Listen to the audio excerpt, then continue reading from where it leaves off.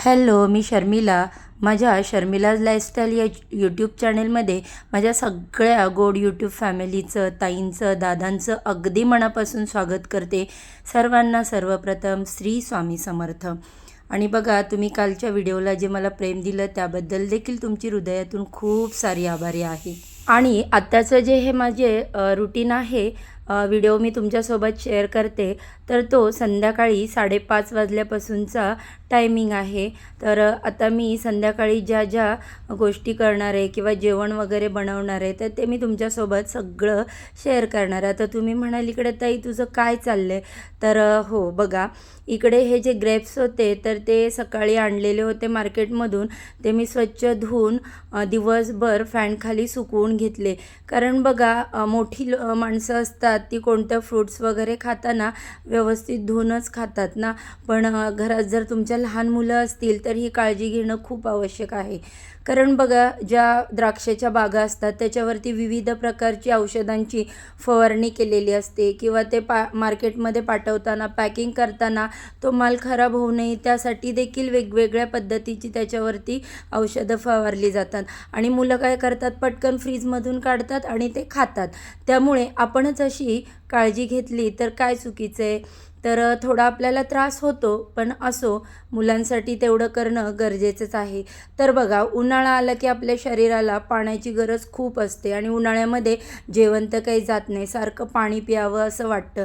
त्यामुळे अशा प्रकारची जी फळं आहेत, ग्रेप्स म्हणा, त्याच्यानंतर कलिंगड, खरबूज वगैरे, तर ही खायची. त्यापासून आपल्या शरीराला पाणी देखील मिळतं आणि प्रोटीन्स मिळतात. तर त्याच्यानंतर बघा, आता ही संध्याकाळची वेळ असल्यामुळे श्रीला देखील ट्युशनला जायचं. आता त्याचे एक्झाम चालू आहेत आणि स्कूलला हाफ डे असतो, कधी सुट्टी असतात, तर त्यानुसार स्कूलच्या टायमिंगनुसारच ट्युशनचा टायमिंगसुद्धा पाठीपुढे होत राहतो. आता नेहमी 7चं ट्युशन असायचं, तर आता त्याचा 6चा आहे. म्हटलं चला आता त्यांच्यासाठी, मुलांसाठी नाश्ता करून घेऊया. आज जानूला पण ट्युशनला सुट्टी होती आणि ऋतू तर सकाळीच ट्युशनवरून आली होती, त्यामुळे तिन्ही मुलं घरी होती. म्हटलं चला काहीतरी भरपेटच नाश्ता करू. पप्पा तर काय आमचे लवकर येत नाहीत कामावरून. जर लवकर जवळचं भाडं असेल तरच येतात, नाही तर मग त्यांना 7:30-8 वाजून जातात. तर इकडे मी लगेचच सुरुवातीला ही सकाळची जी भांडी घासली होती जेवणाची, ती व्यवस्थित जागेवर मांडून घेतली. कारण त्याच्यामध्येच बघा, कढई असतं उलटणं किंवा मग चहा ठेवण्यासाठी जी भांडी लागतात तीसुद्धा त्याच्यामध्ये कधी कधी असतात. त्यामुळे पहिल्यांदा भांडीच म्हटलं मांडून घेऊया आणि त्याच्यानंतर मग नाश्त्याला सुरुवात करू. कारण काय होतं, मग किचन पण मोकळा होतो आणि काम करायला आपल्याला तेवढी जागा पण पुरेशी चांगली सापडते. त्याच्यामुळे मग मी अगोदर भांडीच मांडून घेतली. आता इथे सगळी माझी भांडी मांडून झालेली आहे. तुम्हाला एक सांगते ताईंनो, आता बघा उन्हाळा आहे, त्याच्यामुळे मुलांकडे लक्ष द्या. कारण लहान मुलं आहेत ना, अजिबात त्यांना काही कळत नाही, आपल्या शरीराकडे त्यांना लक्ष देता येत नाही किंवा ते खेळण्याच्या नादामध्ये सगळं काही ते विसरून जातात. आता हे मी तुम्हाला का बोलते, कारण माझ्या स्त्रीमुळे. आता हा फ्रेश होऊन आला, झोपलेला होता, म्हटलं ट्युशनला जायचं फ्रेश होऊनही, पण त्याचा एक डोळा आहे ना खूप सुजलेला आणि लाल पण झाला होता. तर काय माहिती, असं अधूनमधून होतं त्याला. आणि जर जास्त ऊन पण लागलं ना मुलांना, तर त्यांनीसुद्धा त्यांना त्रास होतो. त्यामुळे स्कूलमध्ये वगैरे जाताना त्यांना कॅप वगैरे घाला किंवा डोळ्यांना गॉगल लावा. आपण जर काळजी घेतली तर मुलांची देखील त्याच्यापासून, म्हणजे हे काही जे त्रास असतात छोटे मोठे, त्यापासून सुटका होईल. तर चला म्हटलं, आज मस्त असे गरम गरम पोहेच बनवूया नाश्त्याला. सारखं सारखं काय फ्राईज वगैरे ते मुलांना सवय लागून जाते मॅगीची याची. तर कधीतरी ठीक आहे, असा हेल्दी नाश्ता होणं पण गरजेचं आहे ना. म्हणून मग मी आज पोहेच बनवायला घेतले. चला, पोहे बनवत बनवत आपण थोडंसं बोलूया. बघा ताईंनो, काही माणसांचा स्वभाव इतका सुंदर असतो की सहज लोकांच्या मनात ते घर करून जातात. त्यांची बोलण्याची पद्धत, आपुलकी आणि मनमिळाऊपणा यामुळे अनेक नाती त्यांच्याकडून जपली जातात. ते लोकांना जोडून ठेवतात. अशा व्यक्ती स्वतःपेक्षा इतरांचा जास्त विचार करतात, प्रत्येक नातं मनापासून सांभाळतात. पण आयुष्यातलं एक कटू सत्यही आहे, ते म्हणजे बघा, वेळेनुसार माणसं बदलतात. परिस्थिती, स्वार्थ आणि आयुष्यातील नवीन वेगवेगळ्या आपले जे कार्य घडतात त्यामुळे काही नाती हळूहळू दूर जातात. मग ती रक्ताची असो किंवा मांडलेली असो. माणूस आहे म्हटल्यावर त्याला स्वार्थ काही सुटलेला नाही. किती जरी त्याला पैसा मिळाला, सोनं नाणं मिळालं, ऐशोआराम असेल, तरीसुद्धा त्याचा स्वार्थ हा असतोच. ती माणसं कधीकधी आपल्यापासून दूर होतात, कारण त्यांच्या स्वभावातला मुळात जो स्वार्थ असतो तो काही सुटत नाही. त्यामुळे चांगल्या माणसांची जी किंमत आहे ती ओळखायला ते चुकतात आणि ते त्यांची किंमत करत नाहीत. अशा वेळी मनाला नक्कीच वेदना होतात बघा. कारण काही गोष्टींचा मी देखील स्वतः माझ्या आयुष्यामध्ये अनुभव घेतलेला आहे. कोणाला कितीही जीव लावा, कितीही कोणासाठी करा, पण वेळेनुसार माणूस हा बदलतोच. मग मग ते नातं रक्ताचं असो किंवा मग मांडलेलं असो. त्यामुळे बघा, मनाला खूप त्रास होतो, पण त्यातून सावरा. प्रत्येक वेळी आपण त्याच्यातच अडकून पडलो तर आपली प्रगती होणार नाही. आपली ध्येय जे आहेत त्यापर्यंत आपण पोचू शकणार नाही. पण त्या क्षणी आपल्याला एक गोष्ट समजते, जेव्हा आपल्या मनाला वेदना होतात तेव्हा आपण जसे आहोत तसेच राहणं हेच आपलं खरं सामर्थ्य आहे. इतरांच्या बदलण्याने आपला चांगुलपणा बदलायला नको. समोरचा वाईट वागतो म्हणून आपण त्या वाईट वागायचं, आपला चांगला स्वभाव सोडायचा, हे अजिबात करायचं नाही. कारण माणसं बदलतात, पण आपले संस्कार, आपली माणुसकी ही कायम ओळख राहते. शेवटी प्रत्येक नातं टिकेलच असं नाही, पण आपण जपलेली माणुसकी आणि वेळेनुसार दिलेलं प्रेम कधीच वाया जात नाही. योग्य वेळ आल्यावर ते आपल्याला योग्य माणसांशी जोडतंच. असो, आता तुमच्याशी बोलत बोलत इकडे माझे पोहेसुद्धा तयार झालेले आहेत. तर अशी कोणाला सवय आहे बघा, गॅसवर कढई वगैरे असताना देखील साईडून असं पुसून घ्यायचा, गॅस खरकटं सांडलेलं पुसायचं. तर मला देखील ही सवय आहे बघा. कारण काय माहिती, असं घाण बघितली तर ते पुढचं काम करायला जमतच नाही. चला म्हटलं, आता पोहे झालेले आहेत तर मुलांना देखील देते, कारण ते फ्रेश होऊन तिघं पण आता बसलेले आहेत नाश्ता करायला. त्यानंतर माझी तिन्ही सांजेची देवपूजा वगैरे अजून बरीच काही कामं आहेत ना, तर जेवण वगैरे बनवायचं. तर सगळी कामं बघा आपल्याला अशी वेळेनुसार केली तरच ती पटकन होतात. तर आता इकडे ऋतू, जानू, श्री तिघंही नाश्ता करायला बसली. त्यानंतर आता त्यांचा नाश्ता वगैरे झाला की ही तिन्ही सांजेची वेळ मी घरातील देवांची दिवाबत्ती करायला घेतली. काय होता इन्नो, तुम्ही रोज तिन्ही सांजेला दिवा देवाला लावता, तुळशीला लावता, पण याच्यामागचं शास्त्र कारण तुम्हाला माहिती आहे का? नसेल माहिती तर आज आपण जाणून घेऊयात. तिन्ही सांजा म्हणजे संध्याकाळचा जो हा वेळ आहे तो आपल्या संस्कृतीत अतिशय पवित्र आणि शांततेचा मानला जातो. यावेळी देवाजवळ व तुळशीजवळ दिवा लावण्याचे धार्मिक, आध्यात्मिक, वैज्ञानिक असे अनेक अर्थ आहेत. त्यातला बघा, धार्मिक महत्त्व म्हणजे तिन्ही सांजेला दिवा लावणे म्हणजे अंधारावर प्रकाशाचा विजय दर्शवणे. यावेळी देवतांची विशेष कृपा मिळते असं मानलं जातं. महालक्ष्मी आणि तुळशी माता यांची पूजा केल्याने घरात सुख समृद्धी येते. तसेच तुळस ही पवित्र वनस्पती असून तिच्यात देवीचा वास आहे असं म्हटलं जातं. त्यामुळे तिच्यासमोर दिवा लावणं शुभ मानलं जातं. त्यानंतर आध्यात्मिक कारण काय आहे तर ते पण पहा, मी तुम्हाला सांगते. दिव्याचा प्रकाश मनाला शांतता देतो आणि सकारात्मक ऊर्जा निर्माण करतो. दिवसाचा थकवा कमी होऊन मन प्रसन्न होते. घरातील नकारात्मक शक्ती दूर होतात अशी श्रद्धा आहे.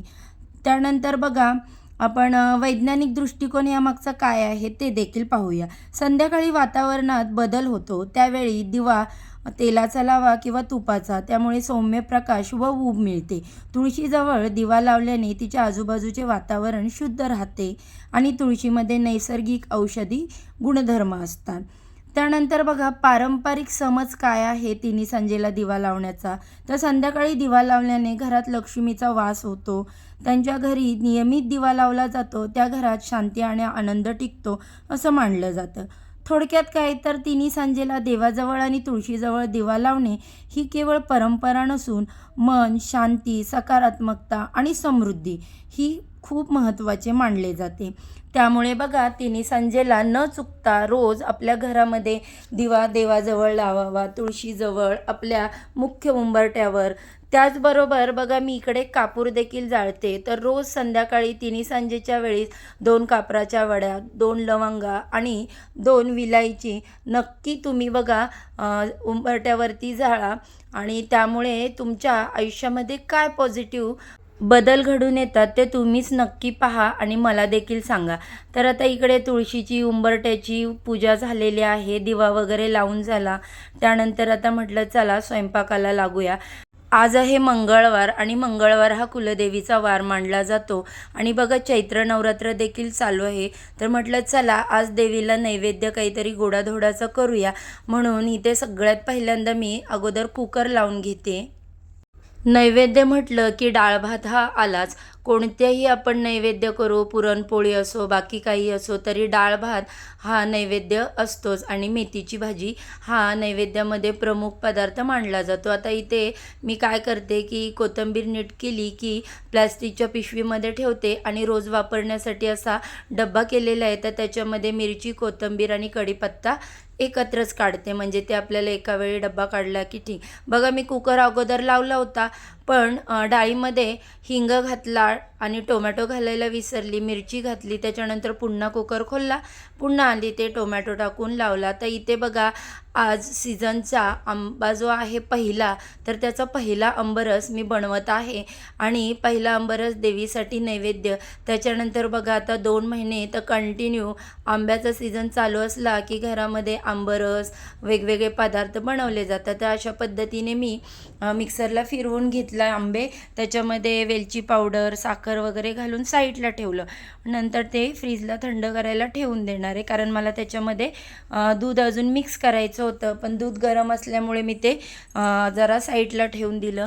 त्यानंतर भाजी धुवून साईडला ठेवली आणि आता इथे पीठ मळत आहे. बघत आहे पीठ मळणं म्हणजे मला हा फार कंटाळवाणा काम वाटतं आणि मी तुम्हाला सांगितल्याप्रमाणे फूड प्रोसेसरचं ते पीठ मळण्याचं भांडं खराब झालं आहे. तर श्रीचे पप्पा म्हटले आता ते काही नीट वगैरे करायला नको, आपण जे आटा मेकर असतो तोच घेऊया. त्याच्यामुळे मग मी म्हटलं चला तोपर्यंत असं हातानेच आपण कणिक मळू. तर आता इथे लगेचच मी मेथीची भाजी देखील फोडणीला देते. तर मेथीच्या भाजीसाठी आज मस्त कांदा, टोमॅटो वगैरे चिरून मगच मी मेथी करणार होते, कारण कधी मी नुसती लसूण वापरून देखील मेथीची भाजी करते, पण आज म्हटलं चला जरा गावठी पण मेथी होती. बघा ताईंनो, मेथीची भाजी घेताना नेहमी छोट्या पानाची आणि साईजला छोटी म्हणजे बुटकी असेल अशी घ्यायची बघून, कारण ती मेथी ही देशी असते, म्हणजेच गावठी म्हणतात तिला. आणि जी एकदम मोठी मोठी पानं आणि खूप लांब सडक असते तिला अजिबात चव लागत नाही, नुसतं गवत खाल्ल्यासारखी लागते. त्यामुळे थोडीच येते, छोटीच पेंडी असते महाग 20 रुपयाला, पण ती चवीला पण छान लागते. तर आता मेथीची भाजी करून मी साईडला गॅसवर शिजायला ठेवली की लगेच इकडे कुकर थंड झालेला होता. डाळ काढून घेतली आणि म्हटलं डाळीला फोडणी देते, म्हणजे काय होतं पटकन असे स्टेप बाय स्टेप कामं केली की जेवण देखील पटकन होऊन जातं. तेल गरम झालं की जिरे मोहरी टाकली, त्याच्यानंतर त्याच्यामध्ये कढीपत्ता टाकला, ते छान तडतडला की मग लसूण ठेचून टाकला. कारण बघा मी फक्त लसूण ठेचूनच जिरे मोहरीच्या फोडणीवर डाळ करते. काही लोकांच्यात लसूण खोबरं वाटण करून डाळ केली जाते, पण आमच्या घरात अशी अजिबात डाळ आवडत नाही. शक्यतो खोबरं हे खूप अवॉइड केलं जातं प्रत्येक वेळी माझ्या पदार्थांमध्ये, त्यामुळे त्याला काही वेगळा असा पर्याय असेल तर तो मी निवडते, कारण खोबऱ्यामुळे ॲसिडिटीचं प्रमाण वाढतं. तर बघा आता मेथीची भाजी तिकडे शिजते, डाळ देखील आता इकडे उकळते. तोपर्यंत किचन काउंटरवर जे काही थोडीफार घाण पडलेली होती, मेसी झालेलं होतं, ते मी लगेच साफ करून घेतलं, कारण मला आता पुढे चपाती देखील बनवायच्या होत्या आणि चपाती बनवताना किचन काउंटर असं स्वच्छ असेल आणि मोकळं असेल तर बरं वाटतं ना. तर म्हटलं चला आता इकडे मेथीची भाजी जी आहे ती शिजत आलेली आहे. भाजी शिजत आली की त्याच्यामध्ये बघा शेंगदाण्याचं आबडधोबड केलेलं जाडसर कूट टाकायचं आणि त्याच्यानंतर पुन्हा एकदा थोडंसं तेल शिंपडायचं आणि मग झाकण मारायचं. तर इथे लगेच मी चपात्या वगैरे करून घेतल्या. डाळ झाली, भाजी झाली, चपाती झाली, आंबरस पण मगाशी मी करून ठेवला होता. बघत आहे आता मी इथे देवीला नैवेद्य अर्पण करते, कारण चैत्र नवरात्र हा कुलदेवीच्या उपासनेचा अत्यंत पवित्र काळ मानला जातो. या दिवसात कुलदेवीला नैवेद्य अर्पण करावा. मग तो तुमच्या पद्धतीने करा, काहीही गोडाधोडाचा शुद्ध भावनेने करा. नैवेद्यात गोड पदार्थ पुरणपोळी असते, शिरा, खीर, लाडू काही. पण मी आज आमरस चपातीचा नैवेद्य देवीला अर्पण केला. तर असा होता आजचा व्हिडिओ आवडला तर लाईक करा, चॅनेलला सबस्क्राईब करा. बाय. चला पुन्हा उद्या भेटू.